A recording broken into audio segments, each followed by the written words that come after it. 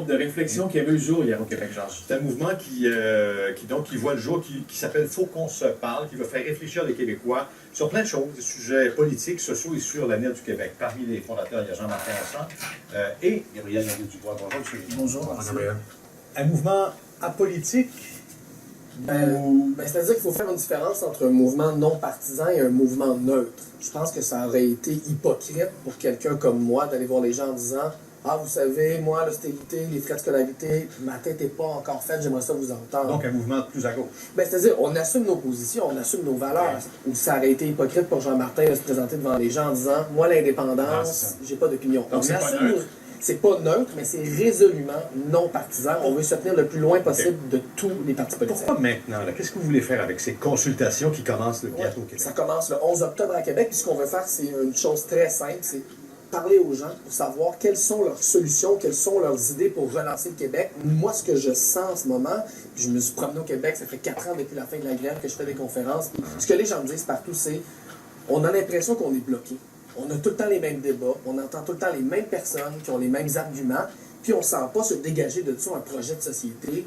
Les taux d'insatisfaction des différents gouvernements sont systématiquement très élevés. On semble avoir de la difficulté à trouver ce qu'on veut faire ensemble au Québec, alors qu'on l'a déjà fait, par exemple, à l'époque de la Révolution tranquille. Vous voulez pas seulement toucher à l'indépendance du Québec.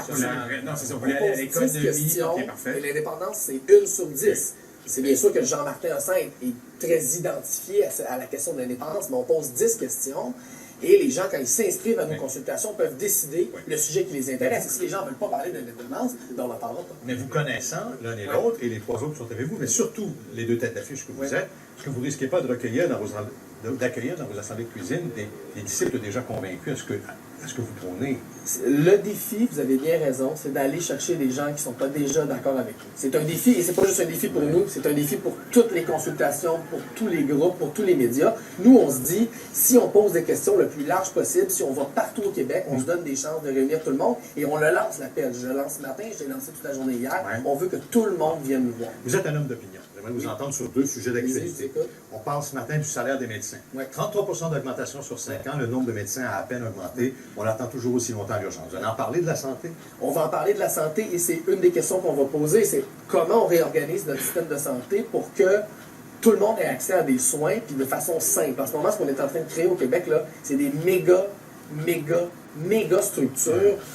Et là, pour les gens de Montréal et Québec, c'est une chose, mais les gens de Gaspésie sur la Côte-Nord qui vont se ramasser avec des CSSSSSS qui couvrent 10-20 000 km², même. C'est pas logique. Ça, en fait.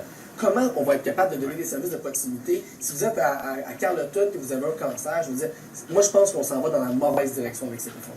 Vous parlez de la vieille façon de faire la politique. L'autre sujet qui est gros comme le studio, c'est les mœurs politiques. C'est les allégations. Là, c'est dans l'essor présentement. Bon, il faut vérifier tout ça, mais quand même, on a l'impression qu'on a beau avoir eu la commission Charbonneau, on n'a pas appris grand-chose. Ça continue comme avant. Il n'y a pas juste eu la commission Charbonneau. Ça fait 30 ans au Québec, voire 35 ans qu'on fait des commissions sur l'éthique et ça ne bouge pas. Puis à un moment donné, il va falloir se poser la question.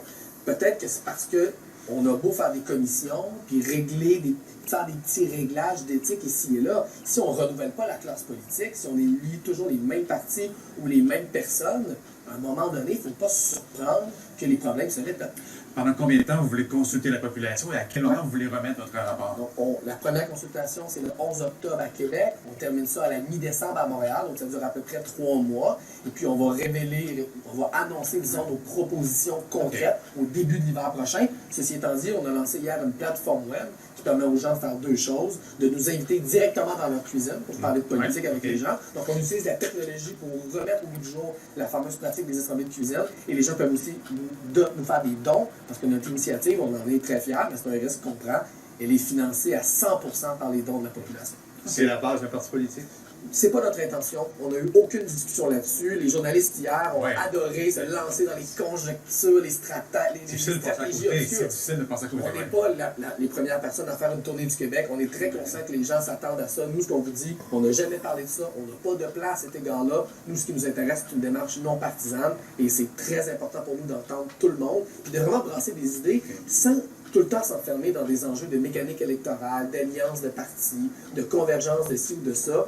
Moi, je pense qu'on est dû pour une vraie discussion entre citoyens sans les politiciens. Merci. Et voilà, vous êtes invités. Le message est adressé à chacun des téléspectateurs qui nous regardent, qui nous écoutent. Invitez-nous chez vous, peu importe où vous êtes où.